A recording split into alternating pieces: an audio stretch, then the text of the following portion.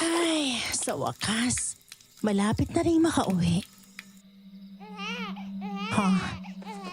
Saan galing yung iyak na yun? Diyos ko po, bakit may baby rito? Sino nag-iwan ito dito? Anong gagawin ko? Teka, may sulat. Kung sino mang makakapulot sa anak ko, pakiusap, ingatan mo siya. Wala na akong ibang magawa para protektahan siya. Ayoko siyang mapahamak at wala na akong ibang pagpipilian kundi iwan siya dito. Huwag mo sanang isiping pabaya akong ina. Nagawa ko lang ito dahil sa sobrang pagmamahal ko. Mas gusto ko pang mapunta siya sa iba kaysa ipahamak siya habang nasa akin. Kung maaari, pangalanan mo siyang Uno at pabinyagan mo siya. Sana balang araw muling magtagpo ang landas naming dalawa. Maraming salamat. Diyos ko po, nakakaawa naman ang baby na to. Ano bang gagawin ko sa'yo, ha? Ha? Aba, tumigil ka sa pag-iyak mo, binuhat kita, ah. Gusto mo ba sa akin? Mukhang wala na akong choice kundi isama ka. Sandali, ipapakita kita kay nanay. Nay! Oh, Leila, ano ba yung dala mo? Oh, saan galing ang sanggol na yan? Nakita ko sa CR, Nay. Nakakaawa nga po't sinadyang iwan eh. Sabi sa sulat, wala na raw choice yung nanay niya kundi iwan siya doon. Ano? Oh, Diyos ko. Anong gagawin natin sa batang yan? Eh kasi, Nay, gusto ko po sana siyang... Naku, Leila. Mahirap magpalaki ng bata. Lalo na't hindi naman natin kaano-ano yan. Nakakaawa naman po siya, Nay. Leila, anak. Hindi ganyan kadali yan. Wala tayong sapat na pera. Paano natin bubuhayin ang batang yan? Nay, hindi naman niya kasalanan na iwan siya ng nanay niya. Tsaka, tingnan niyo, ang bait-bait niyo, Tumahan agad nung binuhat ko. Para ba sinasabi niyang gusto niya ako maging ate o kaya nanay? Anak, hindi lang awa ang kailangan sa pagpapalaki ng bata. Kailangan natin ng pera, oras, at responsibilidad. Alam ko po yan, Nay. Pero hindi ba ganun din naman yung ginawa niyo sa akin? Kahit mahirap, kahit iniwan kayo ni tatay, hindi niyo ako pinabayaan. Hindi niyo ako iniwan. Iba ang sitwasyon natin Ano noon. pong mangyayari sa batang to kung iiwan natin siya? Baka kung saan siya mapunta, baka mapahamak siya.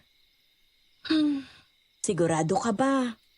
Kapag inuwi natin yan, hindi na natin siya basta pwedeng ibalik. Opo, Inay. Ako nang bahala. Kahit anong trabaho tatanggapin ko para matulungan kayo sa pagpapalaki sa kanya. Basta, Nay, huwag natin siyang pabayaan. O siya. Ano pa bang magagawa ko sa'yo? Halika na at aalis na ang bus na sasakyan natin.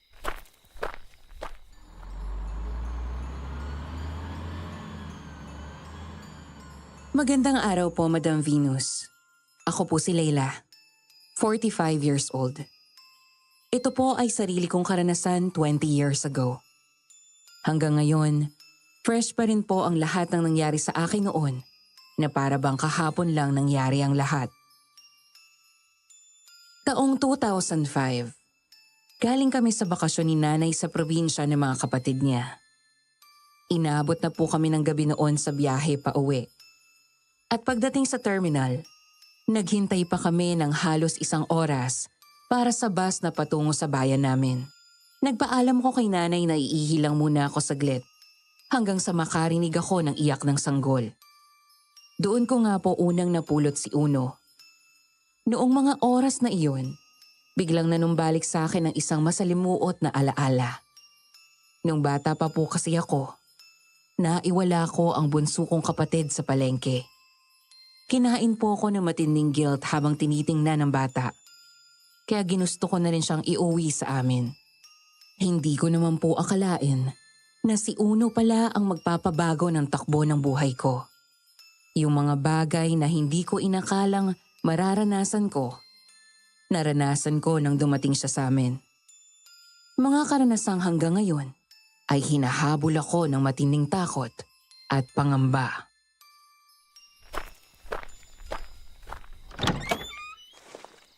Aba, mukhang tahimik nga sa'yo ang baby na yan, na. Oh, anong ipapangalan mo dyan, Leila? Seryoso ka bang maging nanay ng batang yan? Opo, inay.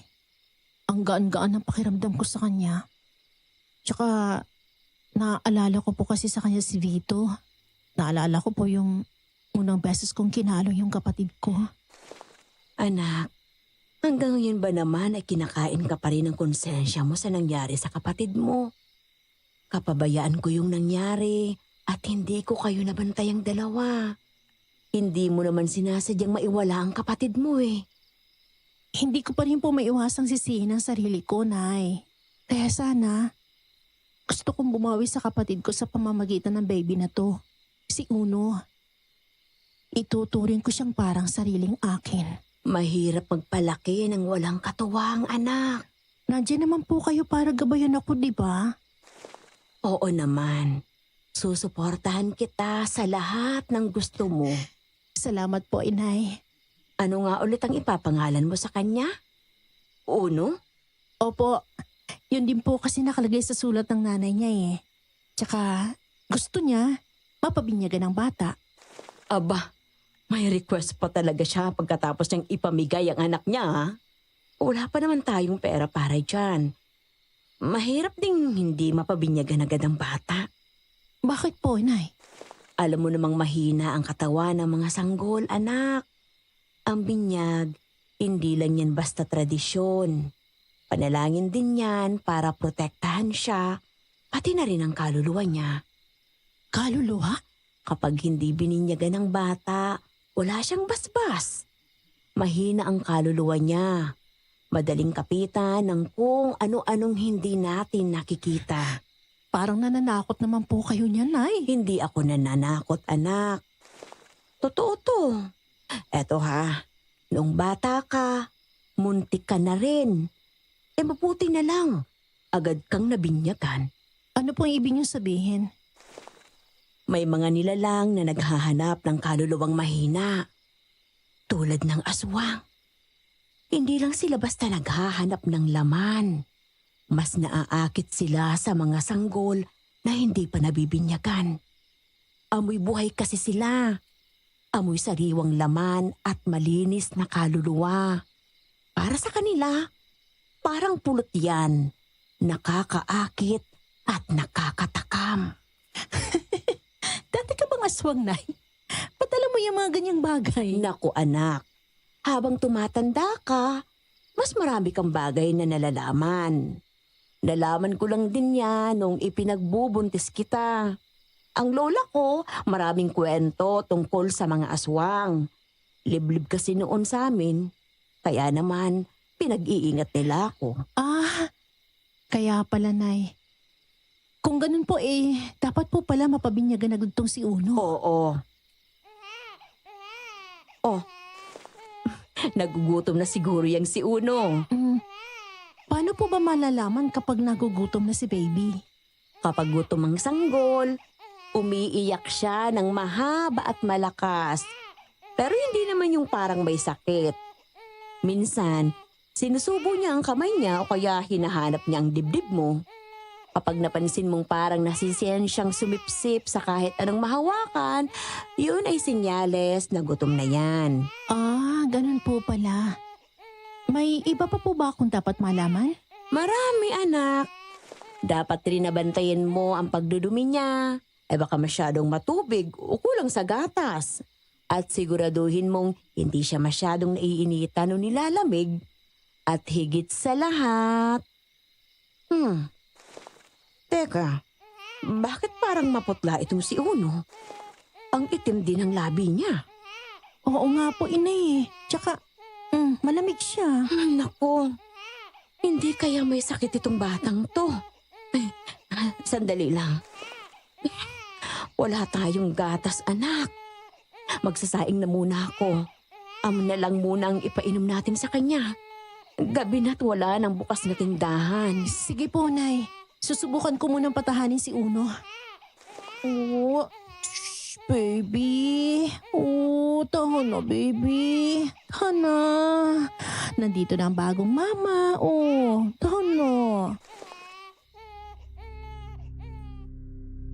Simula po nung gabing iyon, kahit wala naman akong kaalam-alam sa pagiging isang ina, ay sinubukan ko para kay Uno.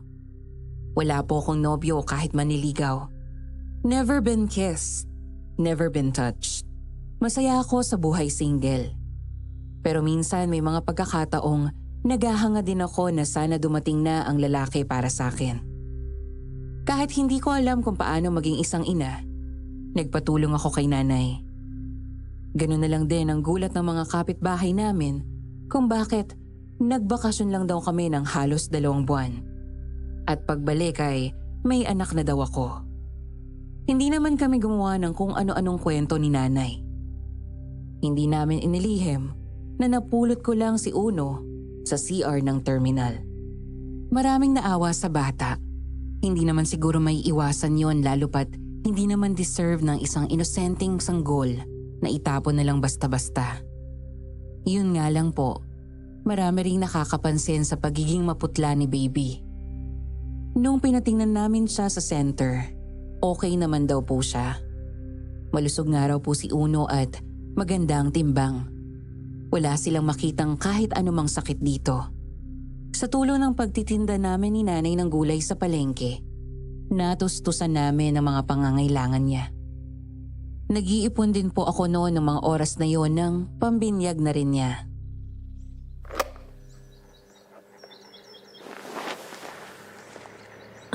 Aba, natututo ka na talaga kung paano mag-alaga ng bata, anak. Natutuwa naman ako kung paano mo ituring na parang nanggaling talaga sa'yo si Uno. Hindi ko kasi lubos maisip kung paano siya nakayanan itapon ng nanay niya, Nay. Tingnan mo nga siya, oh. Ang cute-cute niya kahit maputla siya. Tsaka, ang tangos pa ng ilong. Siguro kung hindi tayo magkakilala, anak, iisipin kong anak mo talagang batang yan. Kunti na lang, magkawig na kayong dalawa, oh. Marami nga po nagsasabi sa mga kapitbahay natin, Nay. Sabi pa nga nila, baka totoo nagbuntis daw ako. Hindi lang nila nahalata. Mahilig daw kasi ako sa mga malalaking damit. Tapos, kaya raw tayo nagbakasyon sa probinsya kasi manganganak na raw ako. Tapos pinag-uusapan pa nila, sino daw kaya maaaring tatay nitong si Uno? Wala nga naman daw malapit na lalaki sa akin. Nako, yan talagang mga kapitbahay natin, mga likas na chismosa. Siya nga pala, sabi rin nila na may bago na raw lilipat dyan sa kabilang apartment. Talaga, Nay? Umalis na ba si Aling Tess dyan sa kabila? Oo. At ilang buwan na raw na hindi nakakapagbayad ng upa. Kaya pinaalis ni Aling Norma. Ganun po ba? Sino naman daw ang lilipat dyan sa kabila? Ewan. Ang sabi, galing pa sa malayo. Ang sabi gusto raw magsimula ng bagong buhay sa lugar na walang nakakakilala sa kanya. Namatayan daw kasi ng anak. Tapos, iniwan na ang walang kwenta niyang asawa. Ang bilis mo namang nakasagap ng chismis, Nay. Aba, yun ang kwento ni Aling Norma sa akin. Baka bukas makalawa din daw, nandito na yon. Nandiyan na nga raw ang ibang gamit nila. Ganun po ba, Nay? Gising na si Uno. Hi, baby! Sarap ng tulog mo, gutom ka na ba? Gusto na ba ng gatos ng anak kong yun? Tumigil sa pag-iyak si Uno nang marinig ang boses ko. Titig na titig ang itim na itim niyang mata sa akin. Pagkatapos ay sumilay ang isang maliit at matamis na ngiti sa kanyang labi. Nalabis kong ikinatuwa.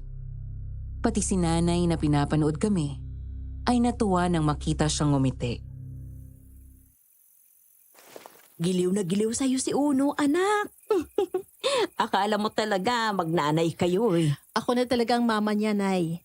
Simula nung gabing pinulot ko siya, akin na siya. Hindi ko hahayaang maramdaman niyang hindi ako ang tunay niyang mama. Ang lakas ng hangin ah. Sandali at isasara ko ang bintana. Baka lamigin si Uno. Hindi ako sumagot kay nanay. Tinitigan ko si Uno na lumipat ang tingin sa labas ng bintana. Gabi na at mula sa bukas naming bintana, kitang-kita ang bilog na buwan. Kahit bahagyang natatakpan ito ng medyo makapal na ulap, maliwanag pa rin ito. Diretso ang tingin ni Uno sa buwan, ni hindi man lang ito kumukurap. Halos 1 minuto rin siyang ganun hanggang sa maisara ni nanay ang bintana. Bahagya na akong kinabahan ng mapansing parang hindi pa rin natitinag si Uno. Akala mo'y tila manika siyang hindi na gumagalaw. Oy, Nak? Uy, bakit hindi ka gumagalaw dyan? Nagulat yata siya sa akin kaya bigla siyang umiyak ng malakas na malakas. Oh, anong nangyari dyan sa bata? Baby, na hindi siya gumagalaw eh. Hindi rin siya kumukurap. Nakatingin lang siya sa labas. Lumapit si nanay at tiningnan si Uno. Napatuloy pa rin ang pag-iyak sa mga bisig ko. Dahan-dahan niyang hinaplos ang likod ng bata, habang ako naman ay hindi pa rin mapakali. Leila, normal lang yan sa mga sanggol. Minsan natutulala sila lalo na kapag may nakikitang maliwanag o kakaibang bagay. Pero Nay, ang tagal niyang nakatingin. Hindi man lang kumurap o gumalaw. Alam mo bang maraming sanggol ang nagagawi sa ganyan, Leila? Minsan, bigla na lang silang titigil. Parang may iniisip o kaya naman ay may tinitingnang hindi natin maintindihan. Ang utak nila mabilis matuto at makapick up ng kung ano-ano. Baka naaaliw lang siya sa liwanag ng buwan. Pinagmasdan ko si Uno na unti-unting kumakalma sa mga yakap ni nanay. Medyo lumuwag na rin ang dibdib ko. Pero may kung anong bumabagabag pa rin sa isip ko noong mga oras na yon. Para kasi talagang hindi normal ang nangyayari sa bata. Sigurado po ba kayo? Wala po ba talaga yun? Anak, kung may kakaibang nangyayari sa kanya, malalaman natin yan. Pero sa ngayon, hayaan mo lang. Nagulat pa yata siya sa pagyugyug mo kaya ang lakas ng iyak. Pasama rin sa kanilang ginugulat. Okay po. Muling dumaan ang katahimikan. Ang tanging naririnig ko lang ay ang mahinang hikbi ni Uno at ang banayad na ihip ng hangin sa labas. Pero kahit anong paliwanag ni nanay, hindi ko maiwasang mapatingin sa labas ng bintana. Kinakain ako ng pag-aalala para kay Uno. Kahit ang sabi ni nanay ay normal lang naman iyon. Ilang araw ang lumipas, naging maayos naman si Uno. Siguro masyado lang talaga ako naging praning noon. Wala naman kasi talaga akong alam sa mga bata. Lumipat na rin ang sinasabi ni nanay na kapitbahay at nakilala ko naman agad si Amara. Nung unang beses ko siyang nakita, para akong nasilaw. Hindi po ako OAO masyadong nagmamalabis. Ang ganda po kasi talaga niya. Tapos sobrang puti. May hahalin tulad ko siya kay Snow White na merong mapupulang labi na munti ko nang kainggitan dahil sa natural niyang ganda. Ngunit nalala ko na wala naman pala akong inggit sa katawan. Akala ko nga noong una ay meron siyang lahi. Kung hindi niya lang ako kinausap ng dire-diretsong Tagalog. Mas matanda lang din siya sa akin ng ilang taon. Kaya naman nagkasundo rin kami kaagad. Nung unang beses kami nagkausap, inakala niyang anak ko si Uno.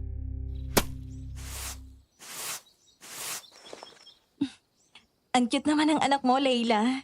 Kamukha mo. Lalo na sa mata. Nasaan ang tatay niyan?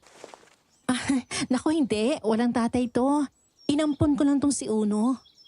Oh, talaga ba? Mabuti nag-ampon ka ng baby. Wala ka bang balak mag-asawa? Meron naman. Napulot ko lang kasi tong si Uno. Kawawa naman kung pababayaan ko lang siya dun sa CR ng terminal. Kaya ako na lang kumukup sa kanya. Ganun ba? Kawawa naman ang batang yan. Basta na lang iniwan. Siguro kung buhay pang anak ko, siguro ganyan na rin siya kay Uno.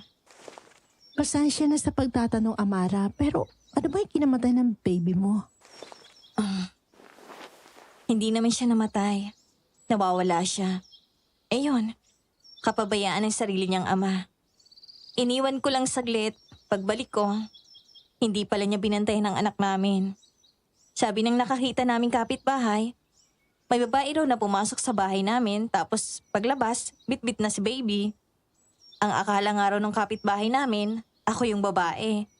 Kasi kahubog ko raw ng katawan, magkasing laki lang din daw kami. Pati sa haba ng buhok, parehas na parehas daw. Ibig sabihin, may chance pa na buhay ang anak mo, Amara. Hindi agad nakasagot sa akin si Amara ng mga oras na yon. Titig na titig siya kay Uno. Habang may lungkot sa mga mata niya. Bigla akong nakaramdam ng awa sa kanya. Kasi alam kong nangungulila na siya sa kanyang anak. Gusto mo bang kargahin muna si Uno? Baka sakaling mapawi yung pangungulila mo sa anak mo kahit papano. Pwede ba, Layla? Kahit saglit lang. Ano ka ba? Ayos lang, nabuhatin mo muna siya. Sakto. May pinalilinis pang isda sa akin si nanay. Ikaw na muna bahala kay Uno, ha? Sige, ako na munang mag-aalaga rito sa anak mo. Sige, Amara.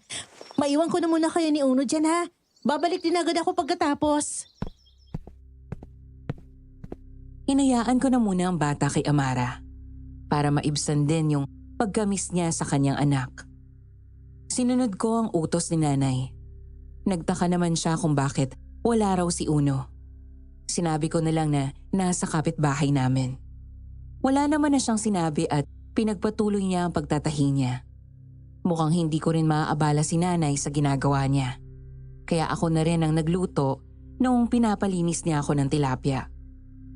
Naglinis na rin ako ng bahay at halos inabot ako ng 2 oras. Nakaligo na ako noon at muling nagpaalam kay nanay na kukunin ko na si Uno. Pero paglabas ko ng bahay, wala na si Amara doon sa upuan sa labas. Pero naririnig ko ang pagtawa ni Uno mula sa bahay ni Amara.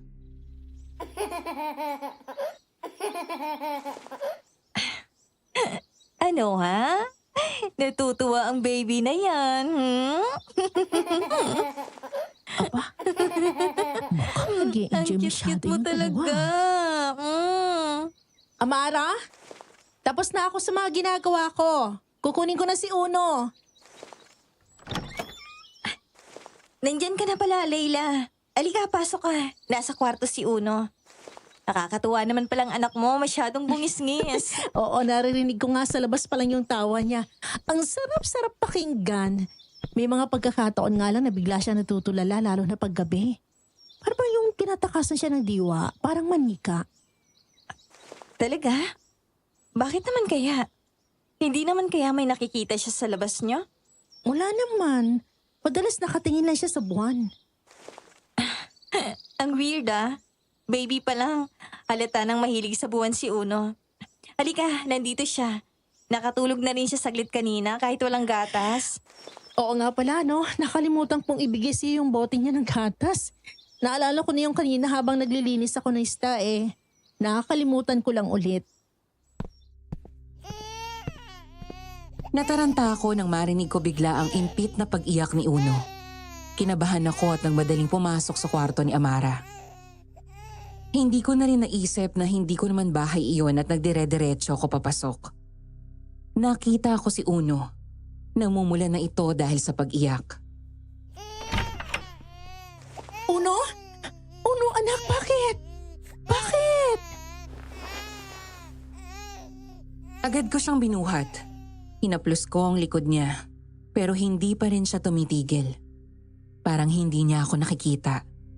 Nakatingin siya sa isang sulok ng kwarto. Hindi tumitingin sa akin, kundi sa kung anong nasa likuran ko. Leila, parang ang lalim ng iniiyak niya. Kanina lang ang saya-saya niya tapos bigla siyang ganito. Parang natatakot. Niyakap ko siya ng mahigpit. Tinapik-tapik ang kanyang likod. Hindi yun simpleng gutom o antok. Hindi rin siya naiinitan. May kung anong hindi niya gusto, pero hindi niya masabi. Kahit nakakaramdam ako ng kaba, sinubukan kong pakalmahin ang sarili ko. Pero hindi mawala sa isip ko ang paraan ng pagtitig ni Uno sa sulok. Masyadong malalim. Parang may nakikita o may kinakatakutan siya doon. Napatingin ako sa bintana ni Amara. Bukas ito. May manipis na kortina na bahagyang hinahawi ng hangin. Napansin kong nanginginig pa rin si Uno habang mahigpit na nakakapit sa damit ko. Leila, baka naman may... Amara, pwedeng pakisara yung bintana mo? Mukhang may nakikita siya sa labas eh. Oo, sandali. Teka lang. Nung maisara ni Amara ang bintana, doon lang unti-unting tumahan ang anak ko. Uno, nak, ano bang nakikita mo? Ha? Napatingin ulit ako sa labas, ngunit wala namang tao. Wala rin namang kakaiba, pero may malamig na pakiramdam na hindi ko maalis sa dibdib ko. Baka may masakit lang sa kanya, Leila. Baka nga. Pero alam mo yun, parang ang bigat sa pakiramdam. Ang saya-saya niya kanina tapos bigla na lang siyang parang natakot. Baka namamahay lang. Ngayon pa lang naman siya nadala dito sa akin eh. Napatingin ako kay Amara. Maalalahanin siya. Gusto kong isipin na tama siya. Pero may bumabagabag sa isip ko. Humikit ako ng saglit at huminga ng malalim. Baka nga. O sige Amara, uwi na kami ha. Salamat ha. Wala yon, anytime. Kung gusto mo, iwan mo ulit siya sa akin bukas para makapagpahinga ka rin sa pag-aalaga sa kanya. Ngumiti lang ako ng tipid at tumango. Pero habang pauwi, hindi nawala sa isip ko ang nakita ko. Hindi lang takot ang naramdaman ni Uno. Parang may kung anong bumabalot sa kanya. Pagka-uwi, nadatnan ko si nanay na nananahi pa rin. Napalingon siya sa amin ni Uno na nooy nakayakap pa rin sa leeg ko. Tahimik pero mukhang hindi pa rin mapakali. Oh, ay bakit parang hindi mapakali ang anak mo? Ewan ko ba, Nay? Kanina lang saya-saya niya kay Amara. Tapos bigla siya umiyak ng todo. Parang takot na takot. Baka naman kung ano lang. May mga bata naman talagang iyakin. Umupo ako sa maliit na bangko. Hinalikan ko si Uno sa noo bago ko siya ihiga sa maliit na papag sa sala. Agad siyang napapikit pero mahigpit pa rin ang kapit niya sa daliri ko. Lumipas ang mga araw, hinayaan ko lang alagaan ni Amara si Uno. Kahit ilang oras lang tuwing umaga. Dahil doon, nakakatulong ako kay nanay. Minsan nakakasama pa ako sa kanya sa palengke kahit ilang oras lang. Desidido rin kasi talaga akong mag-ipon para sa pambinyag ni Uno. Amara, kunin ko na si Uno. Oh, bakit ang ganda yata ng ngiti mo, Leila? Mukhang maraming benta, ha? Hindi naman gano, sapat lang. Kahit papano may pandagdag sa pambinyag ni Uno. Talaga? Pabibinyagan mo si Uno? Oo naman. Hindi ba't binibinyagan naman dapat sila? Oy, ninang ka ha? Naku, Leila, salamat. Nakakatuwa. Pinagmasdan ko si Amara na parang mas tuwang-tuwa pa sa akin. Kakaiba ang sayang nakikita ko sa mukha niya. Hindi ko maipaliwanag pero medyo nawirduhan ako. Imbis na magtanong, hinanap ko na lang ang anak ko. Nasaan na pala si Uno? Nasa kwarto mo ba? Oo, nakatulog na pagkatapos kong liguan. Ang himbing nga ng tulog eh. Akala mo'y anghel. Anghel naman talagang batang yun eh. Nagpatuloy pa ang mga araw ko na minsan halos buong araw ko nang iwan kay Amara si Uno. Dahil may mga pagkakataong masyadong abala sa pwesto namin sa palengke. Wala naman daw problema kay Amara. Dahil nalilibang din naman daw siya sa kanyang pag-aalaga. Pakiramdam niya talaga anak niya si Uno. Natuwa naman ako sa bagay na yon. Hanggang sa napansin ko na parang mas nagiging malapit na si Uno kay Amara kaysa sa akin. Minsan kapag kinukuha ko na siya, ayaw na niyang sumama sa akin. Mas gusto niya na kay Amara. Para bang nakaramdam ako bigla ng selos noon na hindi ko na iwasang sabihin kay nanay habang nasa palengke kami. Bakit ganun, Nay? Parang mas malapit na si Uno kay Amara. Parang siya ng nanay at hindi ako. Naku anak, hindi ganun yun. Siyempre, medyo nasasanay si Uno kay Amara. Pero hindi naman ibig sabihin mas malapit na ang bata kaysa sa'yo. Oo nga po, pero parang mas natutuwa siya kay Amara kaysa sa akin. Kahapon, sobrang bungis-ngis niya habang naglalaro silang dalawa. Tapos nung kinuha ko na siya, parang ayaw pang sumama sa akin. Ano ka ba, Leila? Anak mo yan. Siyempre, mas malapit pa rin siya sa'yo.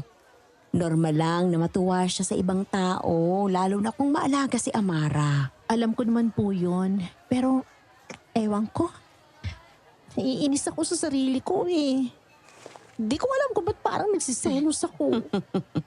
Nako anak, selos agad? Di ko alam, Nay. Pero ang bigat sa dibdib, parang natatakot ako mas gusto niya na si Amara kaysa sa akin. Ikaw naman, masyado mong pinangungunahan ng sarili mo. Wala namang masama kung may isa pang taong mahalaga kay Uno. Pero tandaan mo, ikaw ang nanay niya. Iba yun. Hindi yun mapapalitan kahit sino pa ang dumating.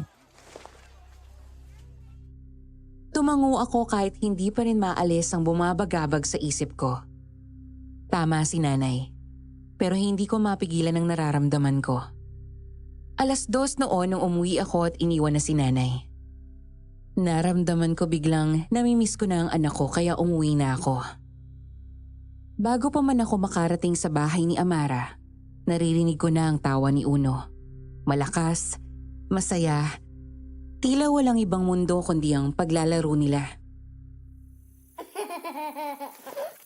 Ano masaya ka na naman. Ang kulit-kulit mo talaga, Uno.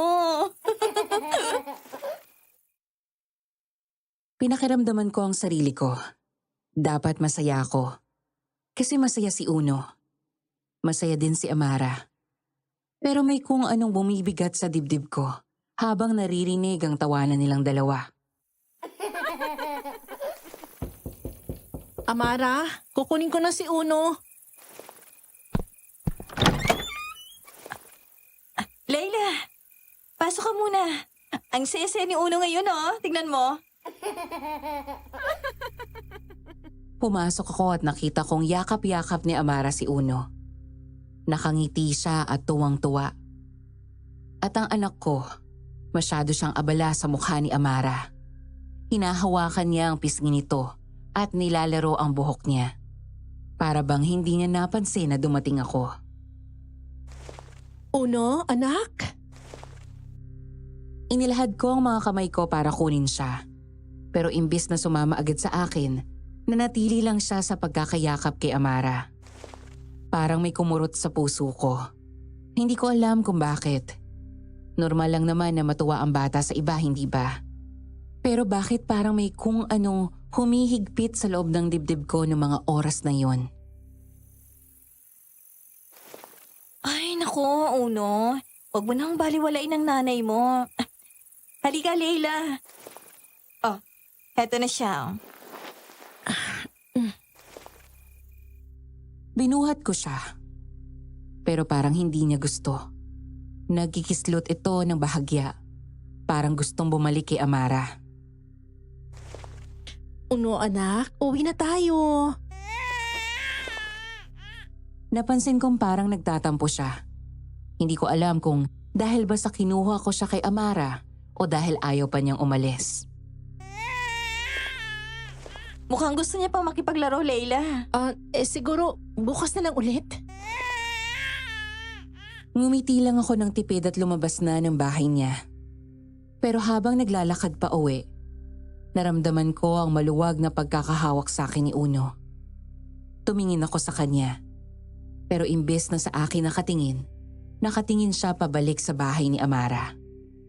Kahit na mabigat sa dibdib, binaliwala ko na lang din ang nararamdaman ko. Dahil baka masyado lang akong mababaw. Hindi ko naman ipinagkakait si Uno kay Amara. Dahil naiintindihan ko naman din na nangungulila ito sa anak niya. Araw ng linggo noon, naiwan ako sa bahay dahil sinama ni nanay si Uno sa pamamasyal pagkatapos ng kanyang check-up. Nagkaroon din ako ng oras para pagtuunan naman ng pansin ang bahay namin. Habang hinahalo ko ang ginisang gulay sa kawali, biglang sumabog sa ere ang sigawan mula sa aming kapitbahay. Napatingin ako sa bintana. Nag-aalangan ako kung dapat ba akong makailam. Pero nang marinig ko ang galit na boses ng lalaki, biglang kumunot ang noo ko. Saan mo itinatago ang anak natin, Amara? Nanlamig ako sa narinig. Lumapit ako sa bintana at sinilip ang nangyayari sa labas. Si Amara, nakatayo sa labas ng bahay niya. Mukhang natitigilan habang ang matangkad na lalaking kaharap niya ay punong-puno ng tensyon. Hindi lang galit ang nakaukit sa mukha nito. May halong desperasyon. Wala siya rito, Leandro. Wala siya sa akin. Ikaw ang may kasalanan kung bakit siya nawawala. Huwag mo siya sa akin hanapin. Nagpakalayo-layo na nga ako para makalimutan ang lahat. Kitang-kita kung lalong humigpit ang panga ng lalaki. Sa isang iglap marahas niyang itinulak ang pinto at pumasok sa loob ng bahay ni Amara. Wala? Anong wala, Amara? Hindi siya basta nawawala. Alam kong kinuha mo siya. Pinalabas mo lang na nawawala siya. Sinipahan niya ang mesa sa gitna ng sala. Tumilapo ng mga gamit sa sahig. Isang flower vase ang natumba at nabasag. Kumalat ang tubig at mga bulaklak na naroon. Dahan-dahan akong lumabas ng bahay. Hindi ko na inisip kung ano ang pwedeng mangyari kung sakali mang mangialam ako. Sa loob patuloy sa paghahalughog ang lalaking nagngangalang Leandro. Pinagtatapon niya ang mga unan sa sofa. Hinablot ang mga drawer at pinagbuklat-buklat ang mga gamit doon. Tangina ka, Amara! Saan mo ba dinala ang anak ko? Alam kong nasa sayo siya! Wala nga siya sa akin! Huwag mo kong ginagago! Kilalang kilala na kita!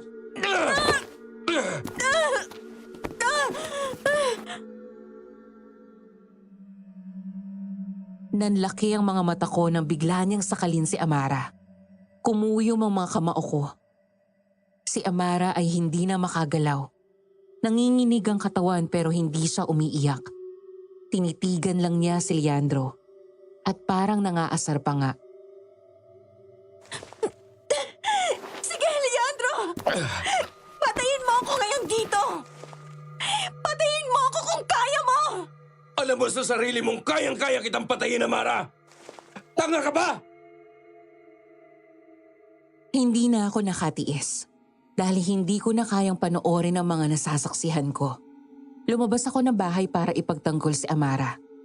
Alam kong hindi naman ako mangingialam pero hindi ko kayang panoorin na lang na makitang Sinasaktan si Amara na kahit papaano ay naging kaibigan ko na rin. Tama na yan! Bitiwan mo si Amara! Biglang natigil si Leandro. Napalingon siya sa akin. At nang nagtagpo ang mga mata namin, pakiramdam ko ay sinakal ako ng presensya niya. At sino ka naman? Kaibigan ako ni Amara. At wala kang karapatang sumugod dito. Kakampi ka niya. Alam mo ba kung anong klaseng babae itong tinatawag mong kaibigan? Ang alam ko, wala kang karapatang bargahin siya. Kung may gusto kang malaman, di ganitong tamang paraan. Binitawan niya si Amara at lumapit siya sa akin. At bawat hakbang niya palapit ay parang isang babala. Huminto siya ng ilang pulgada lang ang layo. Sapat para maramdaman ko ang init ng galit niya. Sabihin mo sa akin, wala ka bang nakitang bata na kasama niya nung lumipat siya rito? Wala ako nakitang bata. Mag-isa lang siya nang dumating siya rito. Naningkit ang mga mata ni Leandro. Tila ba sinusuri kong nagsisinungaling ako. Tumagilid siya at bumaling kay Amara. Babalikan kita, Amara. At kapag nalaman kong nagsisinungaling ka sa akin, mas lalo kang magsisisi! Humakbang siya palayo at dumaan sa gilid ko. Pero bago siya umalis, huminto siya saglit at bumulong sa tenga ko. Kung may tinatago ka rin, siguraduhin mong hindi kita mahuhuli! Nanatili akong nakatayo roon. Ramdam ang init ng babala niya. Sa likod ko narinig ko ang mahinang paghinga ni Amara. Nanginginig pa rin siya. Nang lumingon ako nakita ko ang lungkot sa mga mata niya. Pagkatapos ay bigla siyang umiyak. Ayos ka lang? Hindi ko alam kung paano niya ako natunton. Akala ko ligtas na ako sa kanya. Pero hindi ko akalaing hanggang dito masusundan niya ako. Huwag ka mag-alala. Safe ka rito, Amara. Walang mangyayaring masama sa'yo rito. Salamat, Layla. Huwag mo na isipin yun, ha? Pero, paano niya naman nasabing nasa yung bata kung nawawala nga? Yun nga rin ang hindi ko alam sa kanya. Daig niya pang nasisiraan ng bait. Naku, buti na lang iniwan mo na yung asawa mo yun. Gwapo lang pero parang ang lakas ng tama sa ulo.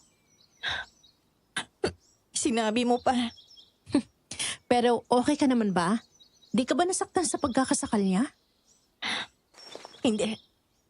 Sanay naman akong pinagbubuhatan niya ako ng kamay. Naging manhid na lang din ako sa lahat ng pinaparamdam niya.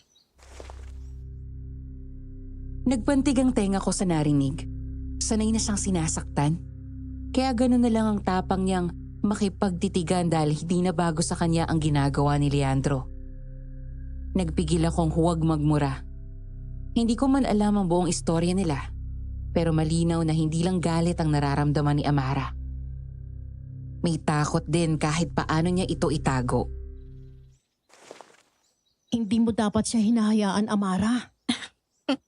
Akala mo ba gusto ko? Akala mo hindi ko sinubukang umalis? Napayuko siya at mahigpit na niyapos ang sarili. Hindi na ako nakapagsalita pa. Alam kong may tamang panahon para pag-usapan yon. Magpahinga ka na muna siguro, Amara. Mamaya, dadaling ko sa'yo si Uno. Sige. Salamat ulit, Layla. Hindi ko inaasahang halos araw-araw ay babalik si Leandro sa bahay ni Amara. Kung minsan umaga pa lang ay naroon na siya. Tahimik na nakatayo sa labas. Parang bangkay na hindi umaalis. Hindi ko alam kung sinusubukan niya lang takutin si Amara o may iba pa siyang pakay.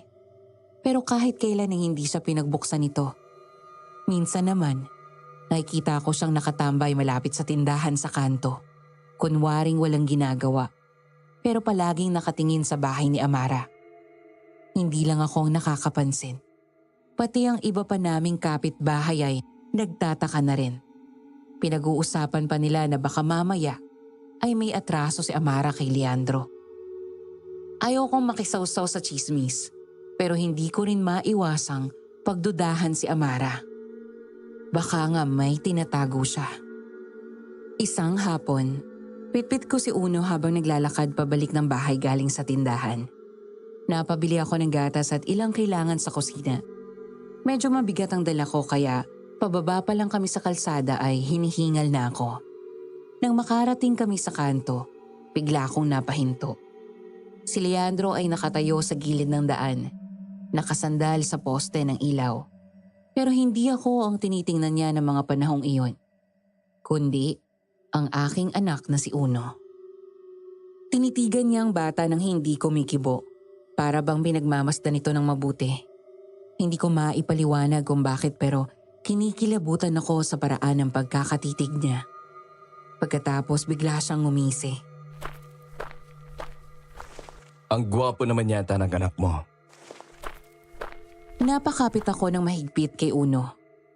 Bago pa ako makasagot, tumawa siya ng hindi malakas pero sapat para magpadala ng kilabot sa akin. Kung hindi mo mamasamain, anong pangalan ng anak mo? Bakit gusto mong malaman? Wala naman. Masama ba? Hawig niya kasi ang anak kong nawawala. Natansya ko'y siguro sinlaki na rin niyang anak mo. Ano bang pangalan niya? Uno. Uno.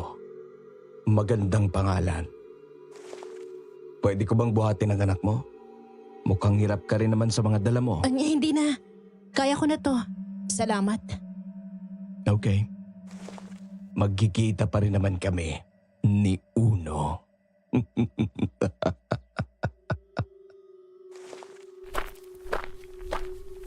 Bago pa ako makasagot, tumalikod na siya at naglakad palayo. Naiwan akong nakatayo roon. Kumakabog ang dibdib. Nagtataka man, nagpatuloy ako sa pagbalik sa bahay. Malayo pa lang ay sinalubong agad ako ni Amara. Halatang natataranta siya. Gulo-gulo ang buhok nito at parang hindi mapakali. Nakita mo ba siya? Sino? Si Leandro. Nagkasalubong ba kayo? Napatango ako pero nag-aalangan. Parang gusto ko munang alamin kung bakit siya ganito kabahala. Oo, bakit? Anong sinabi niya sa'yo? Anong ginawa niya? Nagtama ang tingin namin. At doon ko lang napansin ang takot sa mga mata niya. Hindi lang ito tungkol kay Leandro. May mas malalim pa siyang ikinakatakot. Wala naman siyang ginawa, pero sinabi niyang, kwapong anak ko. Nanigas ang katawan ni Amara. Halos matanggal ang kulay sa mukha niya.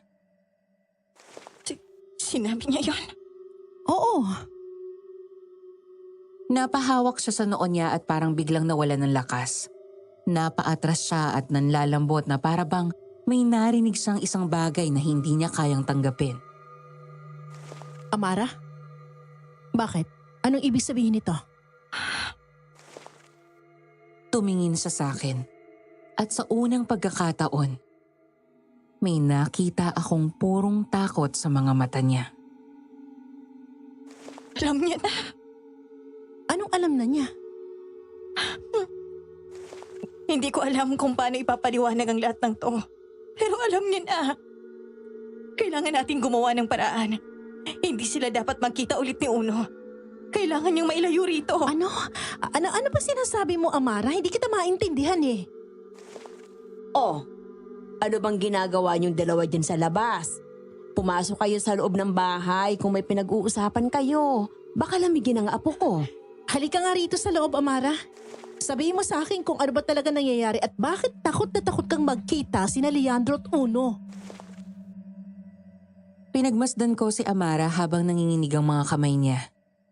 Dahan-dahan siyang napaupo sa maliit na bangkito sa loob ng bahay. Mahigpit niya ang hinawakan ng sarili niyang braso. Tila sinusubukang pigilin ang panginginig ng katawan niya. Napalunok siya sa kalumingon sa akin na parang nagdadalawang isip kung dapat ba niya akong pagsabihan ng katotohanan. Hindi ko alam kung paano ko ipapaliwanag. Pero Leila, si Uno, anak ko siya. Nanigas ako sa kinatatayuan ko. Ang mga salitang iyon ay bumaon sa utak ko. Parang isang matalim na patalim na bumagsak mula sa kung saan. Anak mo? Anak mo si Uno? Paano? Gusto kong ulitin ang tanong.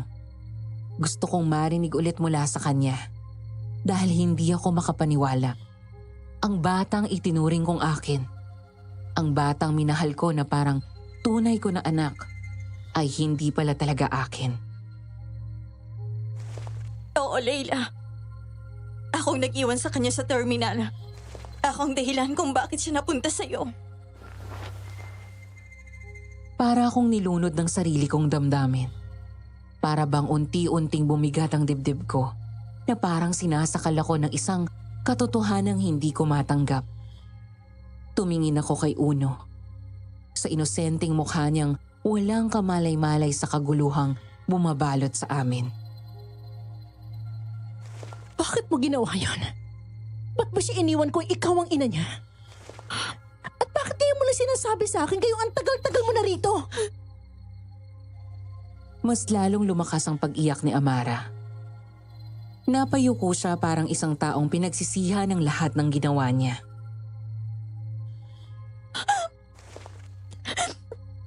Akala mo ba gusto kong gawin yon? Akala mo ba madali para sa akin na iwan siya? Wala akong choice, Leila. Wala akong magawa. Hindi ko kayang ipakita sa kanila kung nasan siya. Pero hindi ko rin matiis si Uno. Kaya ako siya sinundan dito. Hindi ko naman akalaing masusundan pa nila ako rito. Sinong sila, Amara? Anong pinagsasabi mo? Bago pa siya makasagot, biglang umiyak ng malakas si Uno. Para bang may nararamdaman siyang hindi namin maunawaan. At kasabay ng pag-iyak niya, isang malakas na alulong ang umalingaw-ngaw mula sa labas. Napalingon ako sa direksyon ng mga ingay. Doon ko nakita ang mga aso. Nakakumpol sila sa labas. Lahat ay nakaharap sa amin na tila nakikiramdam. Bakit umaalulong ang mga aso? Amara, ano ba talagang nangyayari? Sinong humahabol sa'yo? Sinong tinatakasan mo? Tumingin siya sa akin at doon ko lang napagtanto kung gaano siya kadesperado. Hindi lang simpleng pagtatago ang ginagawa niya. May isang bagay na mas malala. Isang bagay na hindi niya kayang sabihin sa akin ng diretsyo. Si Leandro at ang nanay niya, si Dolores. Hindi nila dapat makita si Uno.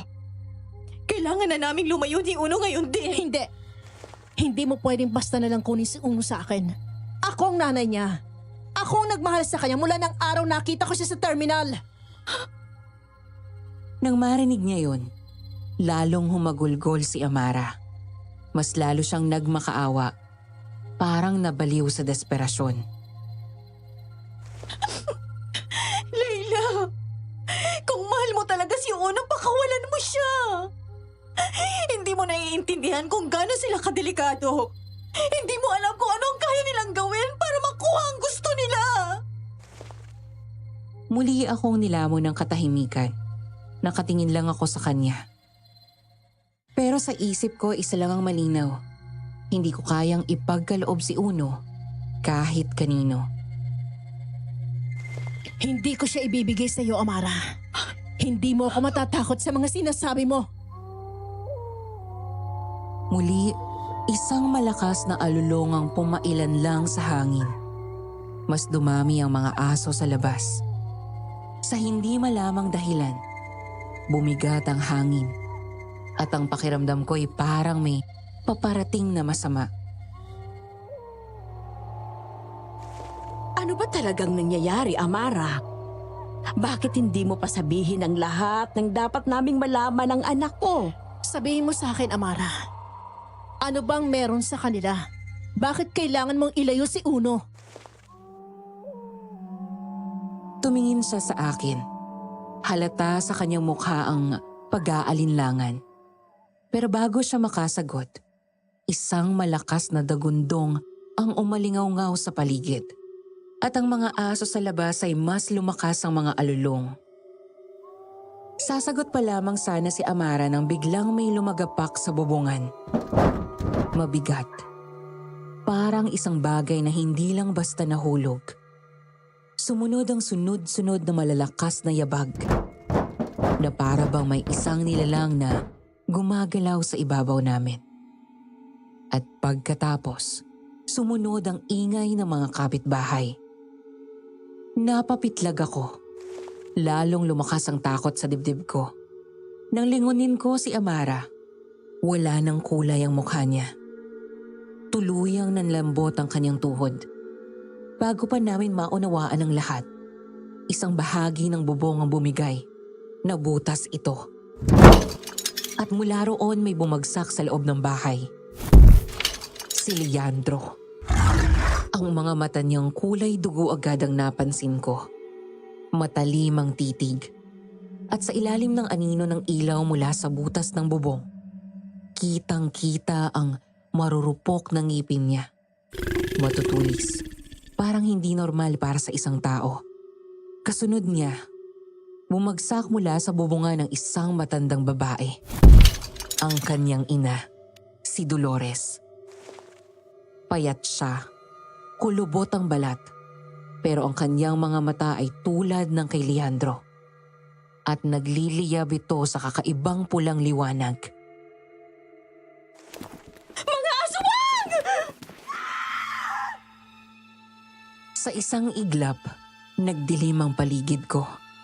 Naramdaman ko ang higpit ng yakap ni Uno sa leeg ko. At ang kanyang maliliit na kamay na takot na kumakapit sa akin. Huwag kayong lalapit sa kanila! Sa isang mabilis na kilos, tinakpan niya ako gamit ang kanyang sariling katawan. Nanginginig ang kanyang mga kamay, pero matapang siyang humarang sa pagitan namin at ng dalawang halimaw na nasa harapan namin ngayon. Si Leandro ay ngumisi. Dahan-dahan siyang lumapit. Parang pating na nakikita ang kanyang mga bibiktimahin. Matagal kong hinanap ang anak ko, Amara. Dito ko lang pala siya makikita. Layuan mo kami! Ayos ka rin ano. Tinakasan mo kami. Tinakpan mo ang mga bakas mo. Pero akala mo ba talaga na hindi kita mahahanap? Na hindi ko mahahanap ang anak natin? Napaatras ako. Bumigat ang paghinga ko. Tumama ang likod ko sa dingding. Wala akong ibang daan palabas. Sa bawat hakbang ni Leandro papalapit, parang lalong bumibigat ang hangin. Si Dolores naman ay inanatilig ng katayulang sa tabi ng kanyang anak. Hindi siya gumagalaw. Pero ang kanyang presensya ay parang isang aninong bumabalot sa amin. Ang bata, ibigay mo na sa amin! Hindi! Ang tapang mo naman, Iha! Hindi sa'yo ang batang yan! Biglang may dumaan sa pagitan namin. Si Amara. Tumakbo siya papalapit kay Leandro gamit ang lahat ng lakas niya para itulak ito palayo sa amin. Pero hindi siya nagtagumpay. Sa halip parang wala lang kay Leandro ang ginawa niya. Binaling lang niya ang tingin kay Amara at sa isang iglap, sinunggaban siya ng isang kamay nito sa leeg. Leandro! Wag! Wag! Anong wag, Amara? Pagkatapos mong ilayo ang anak ko, ngayon magmamakaawa ka? Napakapit si Amara sa kamay ni Leandro. Pilit na inaalis ito sa kanyang leeg. Pero masyadong malakas si Leandro. Mas matindi ang puwersa niya kesa sa isang normal na tao. Nakikita ko ang takot sa mukha ni Amara. Ang panggigipit sa kanyang mga mata. Hindi ko alam kung anong gagawin ko. Hawak ko si Uno. Wala akong laban. Pero hindi ko pwedeng hayaan silang kunin siya. Si Dolores ay biglang napatingin kay Uno. Napakapit ako ng mas mahigpit sa anak ko.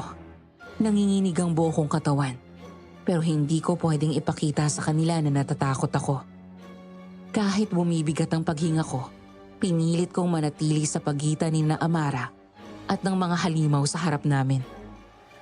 Si Amara, namumutla pero hindi na nanginginig sa takot. Hindi na siya ang babaeng takot tumakas. Hindi na siya ang babaeng walang laban.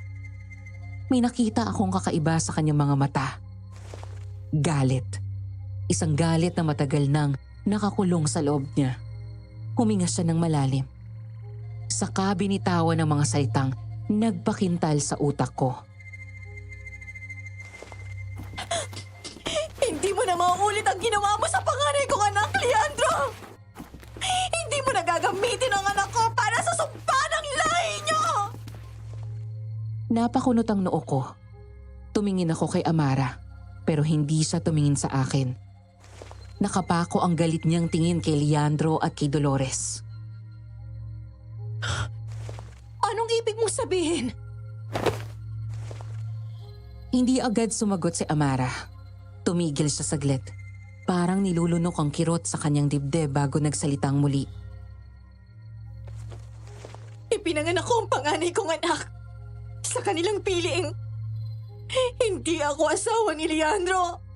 Isa lang akong sisidlan. Isang sisidlan para sa mas matinding lahi ng mga halimaw na to. Mga dalagmato na walang awa. Napasinghap ako. Hindi ako makapagsalita. Pero si Amara, hindi pa tapos. Sa una naniwala ako na baka may paraan. Na baka hindi nila gagawin ang sinasabi ng matatanda sa kanilang lahi. Akala ko man ako ni Leandro. Akala ko. Ang drama mo naman, mahal ko. Nang lumabas ang anak ko, na makita ko siyang buhay, humihinga. Ilang oras lang kinuha nila siya. Si Leandro ay ngumisi lang. Walang kaemosyon-emosyon sa kanyang mga mukha. Para bang walang halaga sa kanya ang pinagsasabi ni Amara. Hindi siya naging sayo, Amara! Hindi kailanman!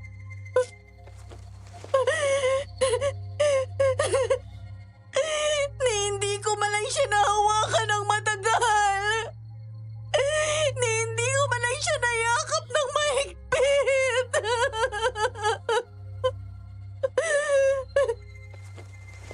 Nanginig ang mga balikat ni Amara, pero hindi siya umurong. Humakbang siya palapit kay Leandro na punong-puno ng galit ang kanyang mga mata. Nakita ko kung paano nila siya inialay. Nakita ko kung paano nila hinawakan ang leeg niya. Kung paano nila sinakal hanggang sa hindi na siya huminga.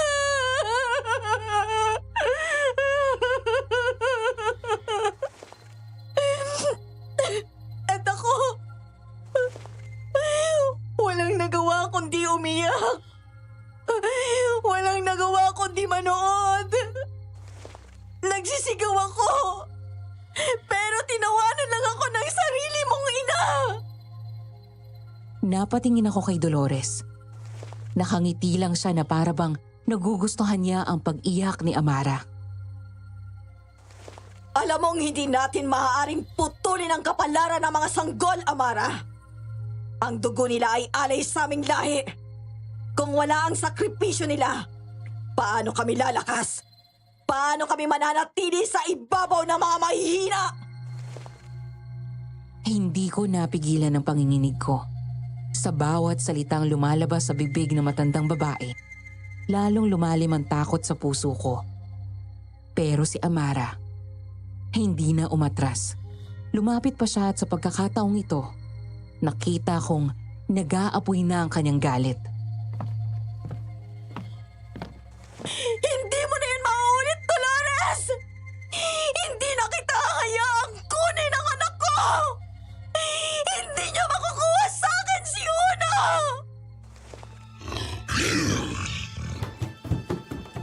Biglang sumugod si Leandro. Hindi ko na nakita ang galaw niya. Sobrang bilis. Parang isang anino lang na dumaan sa paningin ko. At bago pa ako makatakbo, nakita kong bumagsak si Amara sa sahig at duguan. Sa kanyang balikat, sa kanyang dibdib, at may malalalim na sugat mula sa mahahabang kuko ni Leandro. Dumadagundong ang puso ko. Hindi na ako makagalaw. Si Amara na nakadapa sa sahig ay pilit na bumangon. Kahit na dumadaloy ang dugo niya sa kanyang mga damit. Kahit na nanginginig na siya sa sakit, gumapang pa ito papalapit sa akin.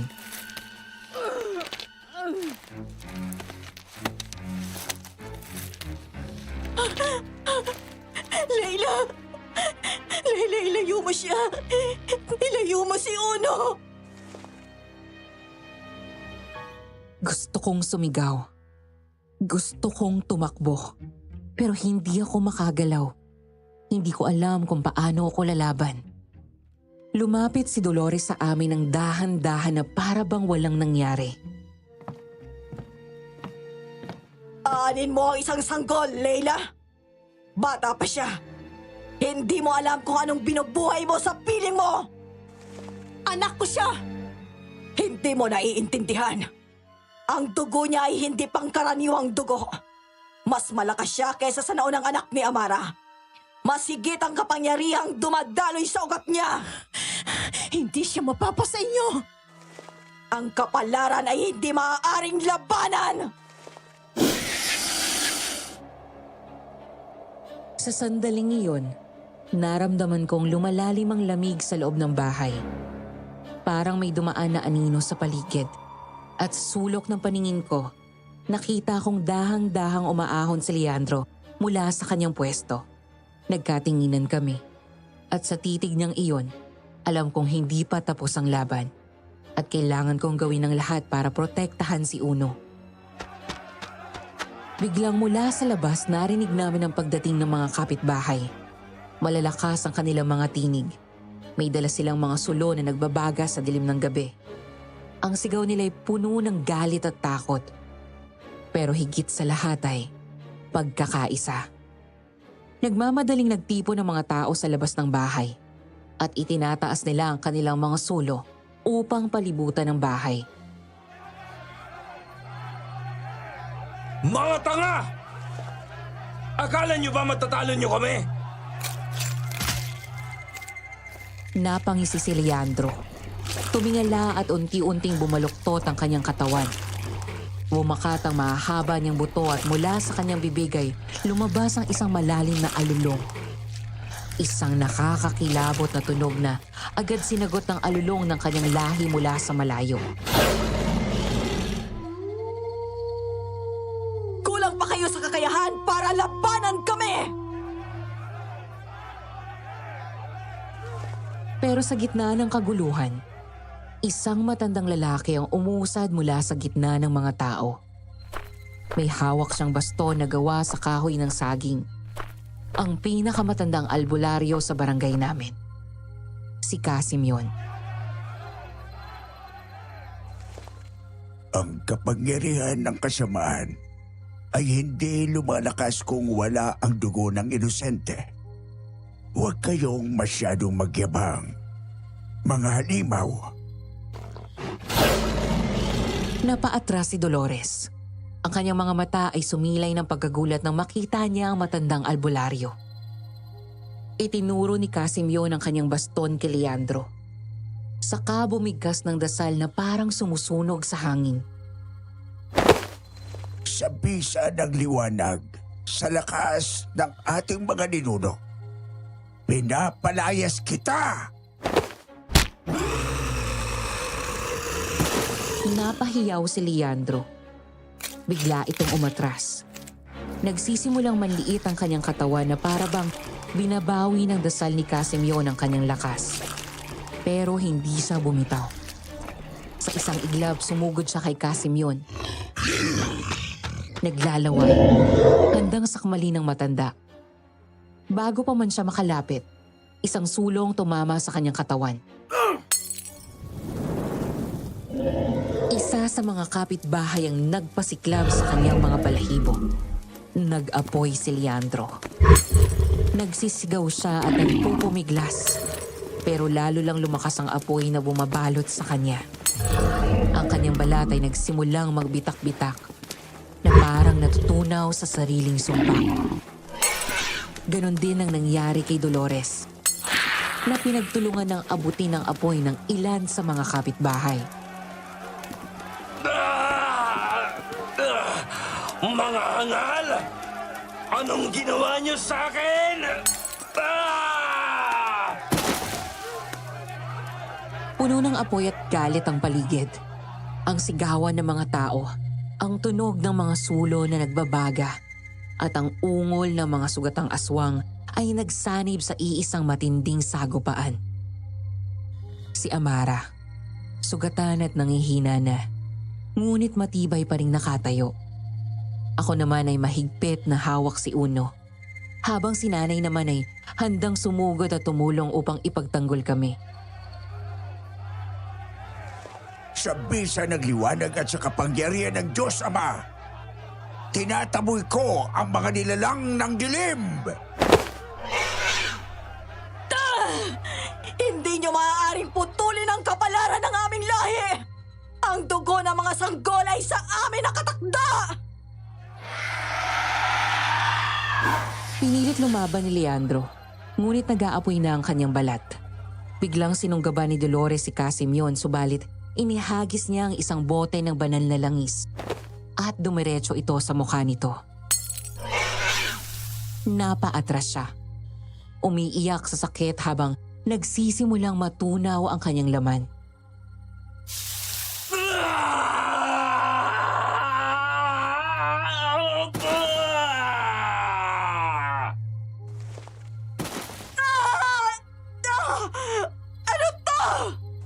Wala kayong puwang sa mundong ito! Napaatras ang mag-ina. Pilit nilang inabot ang isa't isa. Pero unti-unti silang nilalamon ng sarili nilang sumpa. Hindi ito matatapos dito. Huli niyang hinawakan ang kamay ng kanyang ina. Ngunit bago pa niya ito mahigpitan, tuluyan nang nag-apoy ang kanilang katawan. Sa huling pagkakataon, bumuga ng isang matinis na sigaw si Dolores. Puno ito ng galit at paghihinagpis. At sa isang iglap, natupok sila ng buo.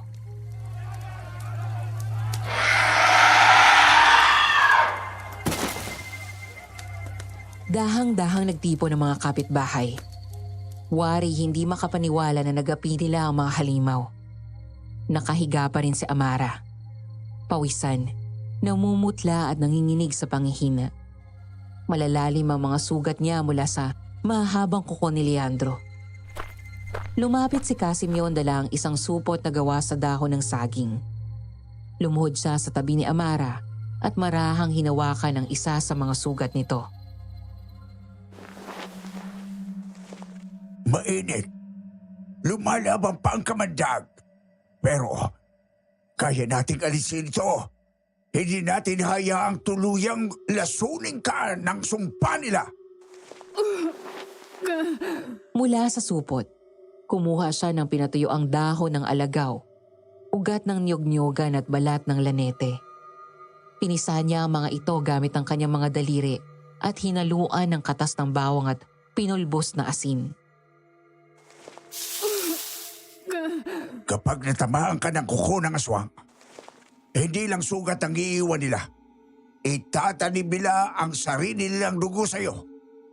Unti-unting babaguhin ang katawan mo para maging tulad nila. Kumuha siya ng isang matulis na tinik ng dalandan. Saka itinapat sa sugat ni Amara. Napapikit si Amara. Hinihintay ang sakit pero hindi siya lumaban. Gawin mo na.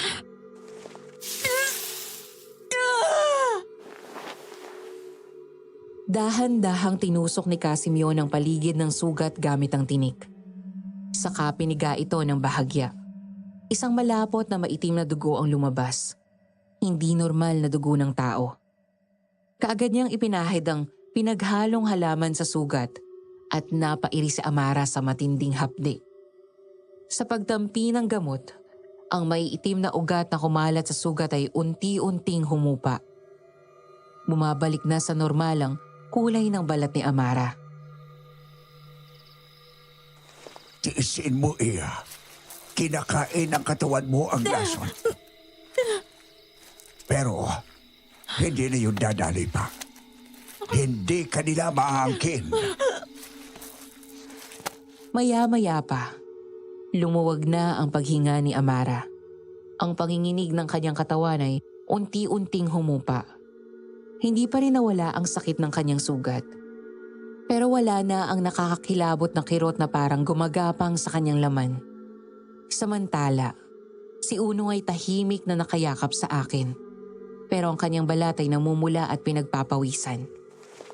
Lumapit ang albularyo sa amin at marahang hinaplos ang noo ni Uno. Casimyon, paano po siya? May bahid siya ng dugo ng mga aswang. Hindi pa lumalabas. Pero naandyan. Tinitigan ni Casimiro ng bata. Saka kumuha ng maliit na sangkalan at isa pang lumang kutsilyo mula sa kanyang bag. Hinurot niya ang hinlalaki ni Uno at marahang ginilita ng isang maliit na hiwa. Sa ilalim ng lampara nakita ko may kakaibang kumukutitap na tila itim na alikabok sa loob ng dugo ni Uno. Nasa dugo niya nga ang pagiging aswang. Pero, kaya mo bang alisin, Casimyon? Kailangan.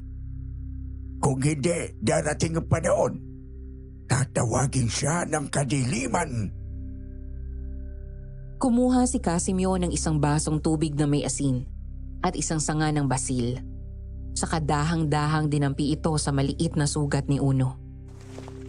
Mahinang napangiwi ang bata pero hindi siya umiyak. Pagkatapos ay inutusan niya kung painumin si Uno ng isang kutsara ng tubig na iyon.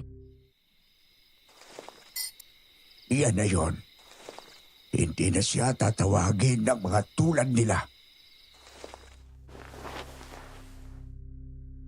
Tahimik na bumagsak ang balikat ko sa ginhawa. Mahigpit kong niyakap si Uno. Pinapanatag ang sarili. Lumipas ang ilang araw mula nang tuluyang mawala ang banta ni na Leandro at Dolores. Hindi ko pa rin lubusang matanggap ang lahat ng nangyari. Ang laban, ang takot, at ang katotohanang muntik ng maagaw sa amin si Uno. Pero ngayong tapos na ang lahat, ang tanging dapat naming pagtuunan ng pansin ay paano magsisimulang muli. Sa maliit na silid, nakaupo ako sa tabi ng papa kung saan nakahiga si Amara. Halos maghilom na ang mga sugat niya, pero kita pa rin sa mga mata niya ang bigat ng pinagdaanan niya. Tahimik kaming nagmamasid kay Uno. Mahimbing na natutulog ito sa loob ng duyan na marahang hinahaplos ng hangin. Ano nang gagawin namin ngayon? Anong ibig mong sabihin? Si Uno. Hindi ko alam kung paano ko siya mapapalaki ng mag-isa. Hindi ko alam kung paano maging ina sa kanya. Lalo na't pagkatapos ng lahat. Hindi mo kailangan gawin niya ng mag-isa, Amara. Nandito ako. Nandito si nanay. Ayokong maramdaman niyang kulang siya. Na hindi siya buo. Dahil lang sa mga pinagdaanan ko. Hindi niya kailangang dali ng bigat ng nakaraan ko. At hindi niya mararamdaman yun, Amara. Kasi nandito tayo. Para sa kanya. Hindi mahalaga kung paano siya dumating sa buhay natin. Ang mahalaga, pareho natin siyang mahal. Tiningnan niya ako at sa unang pagkakataon, hindi takot ang nakita ko sa mga mata niya, kundi pag-asa. Di ko man siya isinilang, pero tinanggap ko na siya bilang anak ko. At kung papayag ka, magiging ina rin kami ni nanay sa kanya. Pumikit si Amara na parang ninanamnam ang bawat salitang sinabi ko. Ilang saglit pa, tumango siya at bumagsak ang mga luha mula sa kanyang mga mata. Hindi dahil sa sakit, kung hindi dahil sa kaginawaan.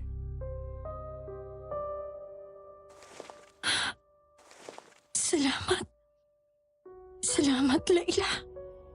Nandito tayo para sa isa't isa. At para kay Uno.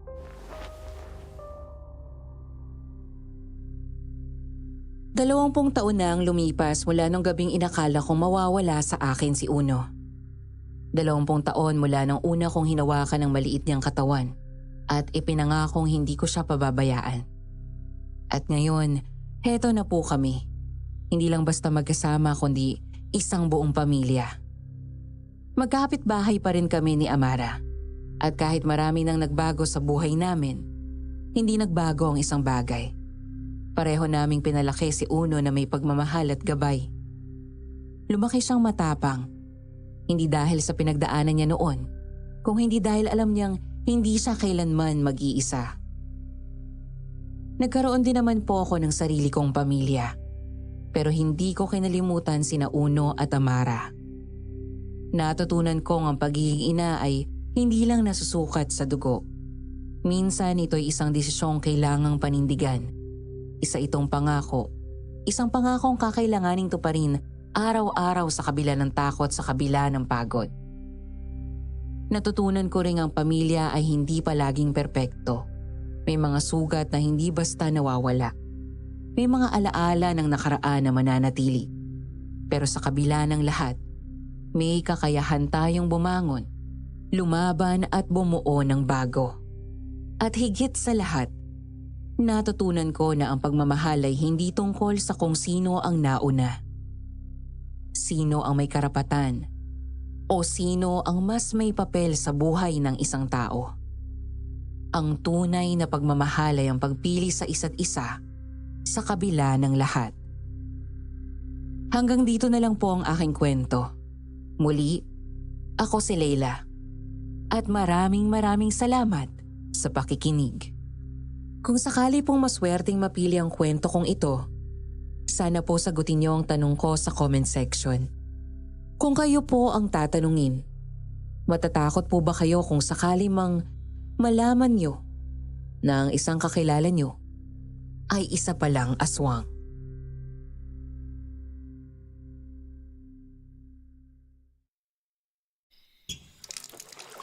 Ay, sa wakas.